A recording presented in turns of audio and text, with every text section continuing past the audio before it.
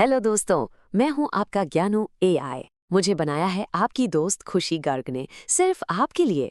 आज हम डिस्कस करेंगे सोशल साइंस की book exploring society India and beyond, social science part 1 के चैप्टर 1 को, जिसका नाम है natural resources and the use. तो दोस्तों, चलिए इस चैप्टर को एकदम फ्रेश एनर्जी के साथ स्टार्ट करते हैं। आज का हमारा रोड मैप बिल्कुल सिंपल और क्लियर है।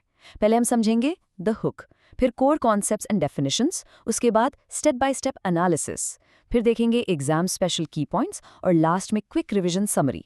बस इतना ही। Section 1. The hook. Why is this important? आखिर ये पढ़ना क्यों ज़रूरी है? सोचो जरा, हम नेचुरल रिसोर्सेज के बारे में पढ़ ही क्यों रहे हैं। एक सेकंड के लिए ना अपने आसपास देखिए। अपनी शर्ट के उस छोटे से प्लास्टिक बटन को ही देख लीजिए। अगर आप सोचोगे ना कि ये कहाँ से आया, तो आपको रियलाइज होगा कि इवेंचुअली ये भी नेचर से ही आया है। अर्थ के पास लिटरली इतने सारे ट्रेजर्स हैं जो लाखों सालों में बने हैं, चाहे वो पानी हो, हवा हो या फिर जमीन के अंदर छुपे हुए कोल और पेट्रोलियम। हमारी पूरी की पूरी लाइफ इन्हीं रिसोर्सेज पर डिपेंड करती है। Section 2. Core concepts and definitions. What makes a resource? अब इसको थोड़ा ध्यान से सुनिएगा, क्योंकि यहाँ से ना डायरेक्ट एग्जाम में क्वेश्चंस आते हैं। नेचुरल रिसोर्सेज का मतलब है हमारे एनवायरनमेंट में मौजूद वो सभी लाइफ और नॉन लाइफ फॉर्म्स जिन्हें हम ह्यूमंस अपने सस्टेनेंस के लिए या नई चीज़ें क्रिएट करने के लिए यूज़ करते हैं। एक बहुत इंपॉर्टेंट बात याद रखना, नेचर में जो पेड़ हैं यानी ट्रीज, वो ऐसे ही एग्जिस्ट करते हैं, राइट? लेकिन जब तक हम उन्हें काट कर उनका फर्नीचर नहीं बनाते, तब तक वो बस एक पोटेंशियल नेचुरल पार्ट हैं। जब ह्यूमंस उन्हें एक्चुअली एक्सट्रैक्ट और यूटिलाइज करते हैं, तब जाके वो प्रॉपरली एक रिसोर्स कहलाते हैं। पर क्या नेचर की हर एक चीज रिसोर्स बन सकती है? Absolutely not. किसी भी चीज को रिसोर्स बनने के लिए इन 3 स्ट्रिक्ट कंडीशंस को पास करना ही होता है। पहला, वो टेक्नोलॉजिकली एक्सेसिबल होनी चाहिए। जैसे डीप सी के अंदर बहुत पेट्रोलियम हो सकता है, पर अगर उसे निकालने की टेक्नोलॉजी ही नहीं है, तो वो रिसोर्स नहीं बनेगा। दूसरा, एक्सट्रैक्शन इकोनॉमिकली फीजिबल होना चाहिए, यानी उसको निकालने का खर्चा उसकी वैल्यू से ज़्यादा नहीं होना चाहिए। सिंपल सी बात है। और तीसरा और सबसे ज़रूरी, वो कल्चरली एक्सेप्टेबल होना चाहिए। जैसे सेक्रेड ग्रोव्स या पवित्र जंगल जिन्हें लोग पूजते हैं, वहाँ से पेड़ काटना कल्चरली एक्सेप्टेबल नहीं है, इसलिए हम उसे एक्सप्लॉइट नहीं कर सकते।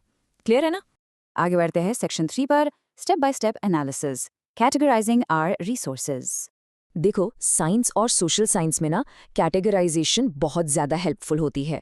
अगर हम इनको इनके यूज़ के बेसिस पर कैटेगराइज करें, तो हमारे पास 3 मेन कैटेगरीज आती हैं। पहली कैटेगरी उन रिसोर्सेज की है जो हमारी लाइफ के लिए एब्सोल्युटली इसेंशियल हैं, जैसे एयर, वाटर और सॉइल। इनके बिना तो अर्थ पर लाइफ का कोई चांस ही नहीं है।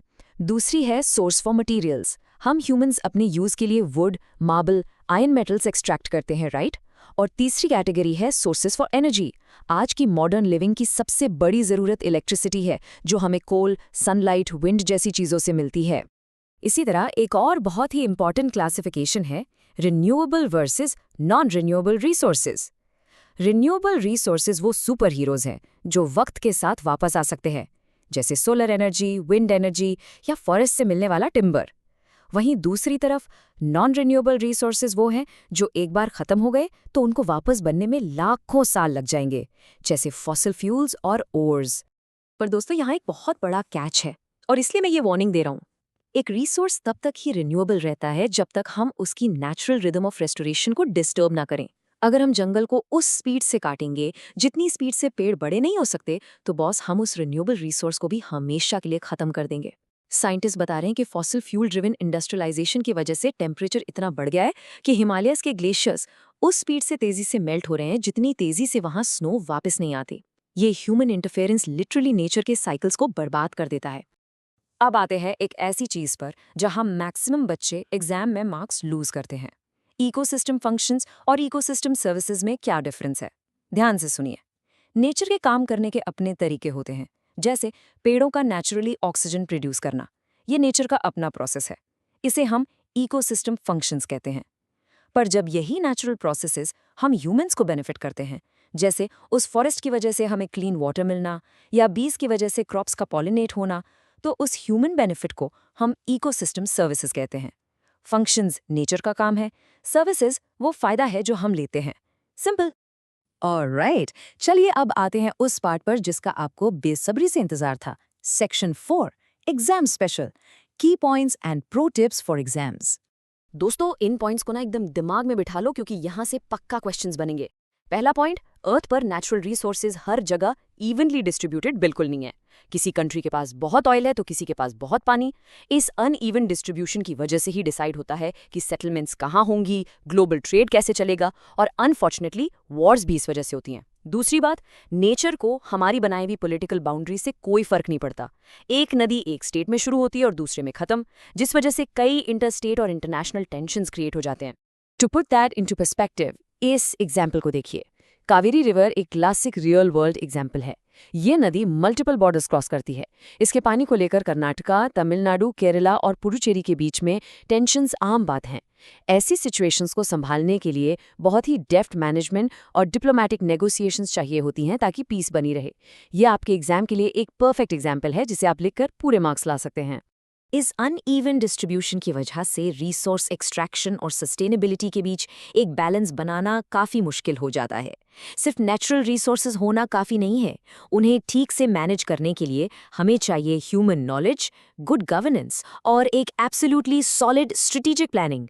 अगर ये नहीं होगा ना तो नेचुरल रिसोर्सेज आने वाली जनरेशन्स के लिए बचेंगे ही नहीं, बस एक टेम्पररी विंगफॉल बनकर रह जाएंगे। And we are at the end. Section 5, Quick Revision Summary. Chapter Wrap-Up. चलिए फटाफट रिवाइज कर लेते हैं जो भी हमने पढ़ा। आज हमने जाना कि एक नेचुरल एलिमेंट रिसोर्स तभी बनता है जब वो टेक्नोलॉजिकली, इकोनॉमिकली और कल्चरली एक्सेसिबल हो। हमने रिसोर्सेज को लाइफ, मटेरियल्स और एनर्जी की कैटेगरीज में डिवाइड किया। फिर हमने समझा कि रिन्यूएबल रिसोर्सेज को सर्वाइव करने के लिए एक हेल्दी रेस्टोरेशन साइकिल चाहिए। उसके बाद ecosystem functions versus ecosystem services का डाउट क्लियर किया, और एंड में देखा कि अनइवन डिस्ट्रीब्यूशन की वजह से कॉन्फ्लिक्ट्स कैसे होते हैं। मुझे पूरा ट्रस्ट है कि अब आपको ये चैप्टर एकदम क्रिस्टल क्लियर हो गया होगा। हेलो दोस्तों, मैं हूं आपका ज्ञानू AI। मुझे बनाया है आपकी दोस्त खुशी गर्ग ने सिर्फ आपके लिए। बेहतरीन नोट्स के लिए मुझे व्हाट्सएप करें 9251477188 और यूट्यूब पर सर्च करें ज्ञानू बाय ऋषि सर। चैनल को जरूर सब्सक्राइब करें दोस्तों, ताकि आगे का कोई भी चैप्टर आप मिस ना करें। जाते जाते एक सवाल छोड़ के जा रहा हूँ, क्या अगले 50 सालों में भी हमारे पास ये सारे रिसोर्सेज बचेंगे? सोचिए इस बारे में। मिलते हैं अगले एक्सप्लेनर में। All the best.